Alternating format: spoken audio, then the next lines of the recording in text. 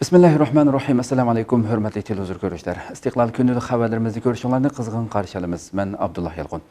Proqramımızda vətənimiz Şərq Türkistan və dünyada bulub atqan gün tərtibdəki xəbərlərini huzurunuzğa sunuşdurışımız qənəmizdə diqqətinizlər ekranımız olsun.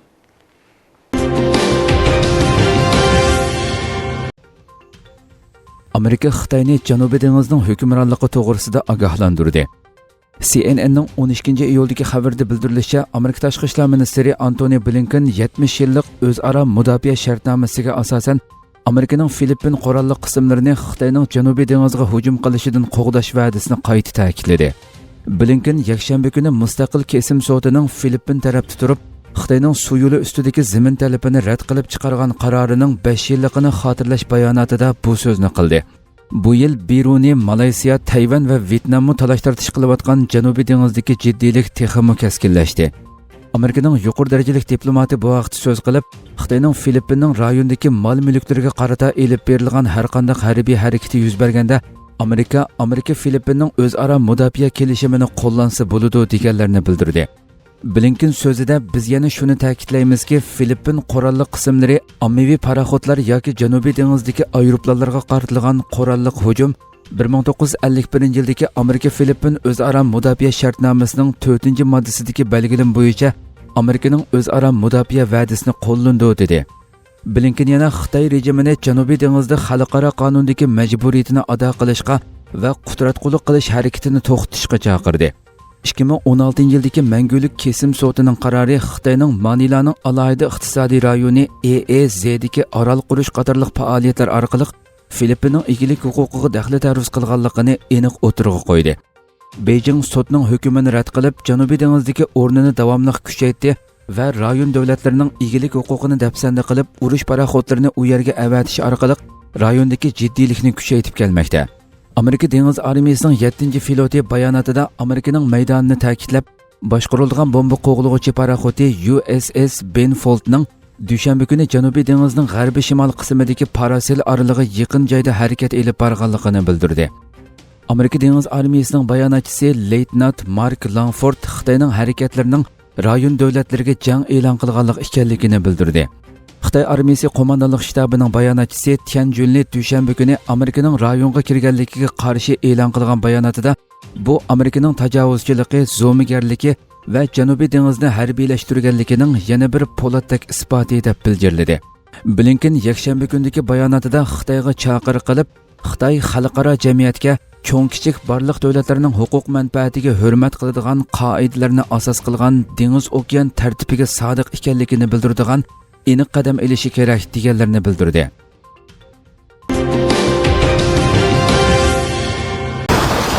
Xitoyning bir qancha o'lkasida ig'ir ofat yuz berdi. Xitoyning Tingshin to'rining bugungi xabarda bildirilishicha, Xitoyning Shanxi o'lkasida ig'ir kalkun ofati yuz bergan. Xabarda qayd qilinishicha, 10-iyul shu joy vaqti soat 19dan 30 atrofida Shanxidagi Wutay teg'i manzirlik rayonida tuyuqsiz yoqqan qattiq yomg'ir xatarli kalkunga aylanib, 3 odam yaralanib, 1 odam o'lgan. Shu joy vaqti soat 18dan 40 minut o'tganda qattiq yomg'ir yig'ishga boshlagan.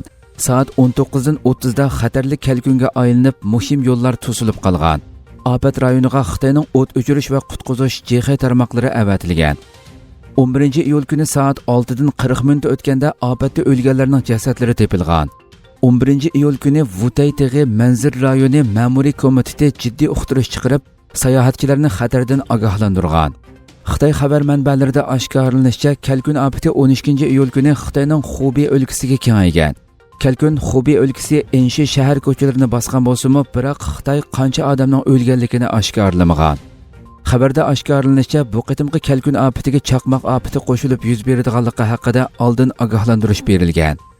Bugun Xitoyning Guyju o'lkasi Zunyi shahri, Shanxi o'lkasi Changji shahri, Jilin o'lkasi Beijing shahri kelgusi 6 soat ichida yuz berishi mo'ljallangan chaqmoq ofati haqida seriq ranglik ogohlantirish uqtirishi tarqatgan. Gansu o'lkasi Beiying shahri, Shanxi o'lkasi Tongshun shahri qatorliq rayonlar mo'ldir ofatidan jiddiy ogohlantirish uqtirishi tarqatgan.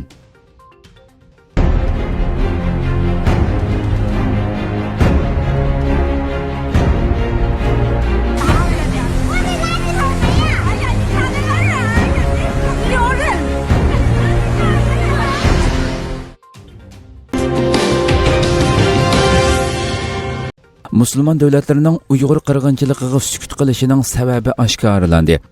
Hindistonning Xabar 18 to'rining 8-iyuldagi xabarda bildirilishicha, musulmon davlatlarining Uyg'ur qirg'inchiligiga sukut qilishining sababi 1 trillion 300 milliard dollarga chetildi ekan.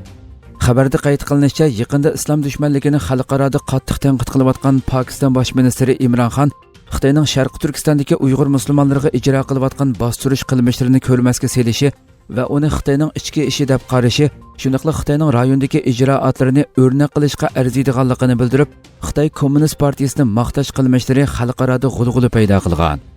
Xitoyning Sharqi Turkistonda Uyg'ur va boshqa yerlik millatlarga ijro qilayotgan tutib turish, lagerga solab irqiy qirg'in qilish, Uyg'urlarning diniy e'tiqodini cheklash va nupusning ko'payishini cheklash orqali zo'rlik bilan assimilyatsiya qilish qilmishini Amerika, Yevropa Ittifoqi va Birlashgan Davlatlar Tashkiloti ayiblagan bir paytda Pokiston bosh ministri va boshqa musulmon davlatlari Xitoy ijro qilayotgan bu modelni maqtagan. Undan boshqa BDTda Xitoyning Sharqi Turkistonda ijro qilayotgan bostirish qilmishlari muzokara qilingan yoki ovozga qo'yilgan paytlarda Xitoyni qo'llaydigan davlatlarning ko'p sonliqi Saudiya Arabiston, Arab Birlashma Xalifaligi, Pokiston, Aljeriya, Bahrayn, Turkmaniston, Oman, Qatar, Suriya, Kuvayt, Somali va Sudan qatorliq 1 milliard 900 million musulmonga vakillik qiladigan musulmon davlatlar bo'lgan. İlgirki mezgillarda Uyg'urlarni qo'llab kelgan Turkiya mu siyosatini o'zgartib, xalqaro sahnalarda Xitoyga nisbatan texmo diqqat bilan muomala qilmoqda va kuchli shaklda ovoz chiqarishdan o'zini qochirib kelmoqda. Bildirilishicha, islom dunyosining Xitoyning Uyg'ur musulmonlarini bostirish qilmishiga sukut qilishi, islom davlatlarining Xitoyning islomga qarshi siyosatiga sukut qilishga majbur bo'lishining sababining biri Xitoyning bu davlatlarga solgan mablag'i va mazkur davlat hukumatlariga bergan qarzi bo'lishi mumkin ekan. Xitoyning yaqinqi 15 yilda islom allariga solgan mablag'i va hozirgi va kelgusidagi iqtisodiy kelishimnomidagi mablag'lar jamlansa, taxminan 1 trillion 300 milliard dollarga yetadi ekan. Bu yerdagi sonliq ma'lumotlar Xitoy bergan maxfiy qarzni o'z ichiga olmaydi ekan.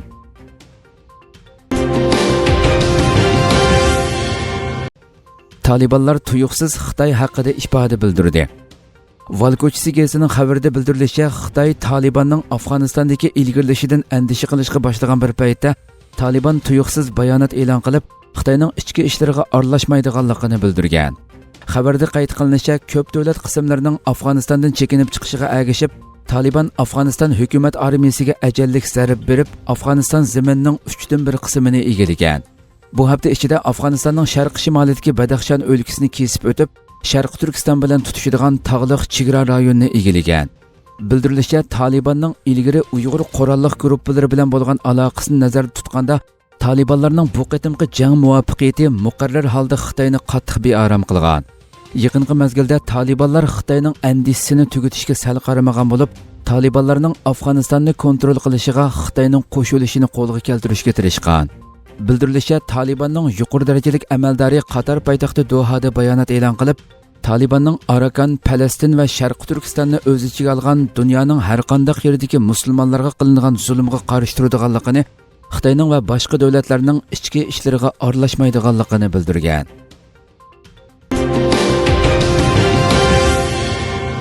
Kabuldagi Hamid Karzai xalqaro aerodromiga havo mudofaa sistemasi o'rnatildi.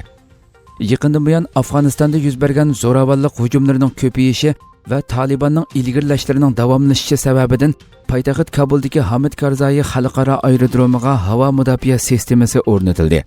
Afg'oniston ichki ishlar ministrligi bayonotchisi Tariq Aryan axborotga bergan bayonotida tunugun kechda Hamid Karzai xalqaro aerodromiga havo mudofaa sistemasining o'rnatilganligini va aktiv holga keltirilganligini bildirdi.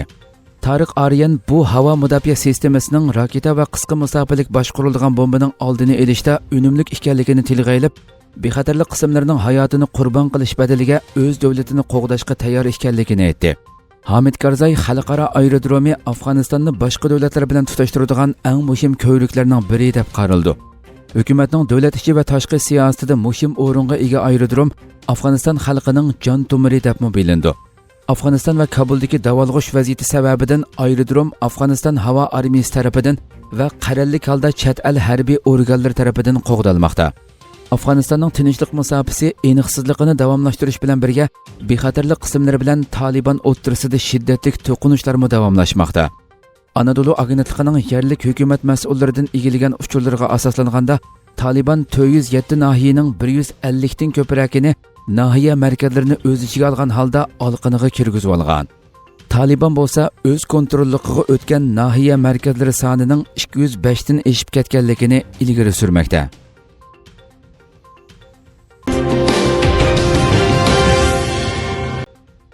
...2021 yillik Uyg'ur lo'nqisini talashish basketbol musobaqasi muvaffaqiyatli oxirlashdi. İstanbul'da 8 iyuldan 9 iyulgacha Sharq Turkiston tantarbiya va taraqqiyot jamiyati tarafidan 2 kunlik basketbol musobaqasi o'tkazildi. Musobaqa İstanbul Safaköy shoir Nadim Bog'chi maydonida o'tkazilgan bo'lib, jami 5 komanda qatnashdi. Musobaqa qizg'in, do'stona kayfiyat ichida davom qilgan bo'lib, komandalar o'zlarining mahoratlarini to'liq joriy qildirdi. Hal qilg'uch musobaqa 9 iyul kuni tushdan keyin o'tkazilgan bo'lib, oxirida Xaqoniya komandasi 58 nomer bilan birinchilikka, Safaköy komandasi 46 nomer bilan ikkinchilikka erishdi. Birinchilikka erishgan komandaga beriladigan lo'nqi va mukofotni Sharq Turkiston tantarbiya va taraqqiyot jamiyati raisi Tahir Ko'kbayroq tarqatib berdi. İkinchilikka erishgan komandaga beriladigan lo'nqi va mukofotni jamiyatning bosh kotibi Muhammad Umar apandi tarqatib berdi. Bu munosabat bilan ziyoratimizni qabul qilgan Sharq Turkiston tantarbiya va taraqqiyot jamiyatining raisi Tahir apandi musobaqaning do'stona kayfiyat ichida muvaffaqiyatli oxirlashganligini, Uyg'ur yoshlarining bu xil musobaqalarga aktiv qatnashib, tan safosini yuqori ko'tarib, Sharq Turkiston davosiga kuchlik hassa qo'shishini umid qilganligini, musobaqani moddiy va ma'naviy jihatdan qo'llab-quvvatlagan Ko'kay insoniy yordam jamiyatiga rahmat aytadiganligini bildirdi. Hurmatli televizor ko'ruvchilar, shuna qilib bugungi xabarimiz mushada oxirlashdi. Inshaalloh atki xabarimizni ko'rishgacha sizlarni Janobi Alloh topshiramiz. Shundaqla programma oxirida ekran orqasidagi barliq xizmatdoshlarimga ko'pdan ko'p rahmat aytaman. Assalomu alaykum va rahmatulloh.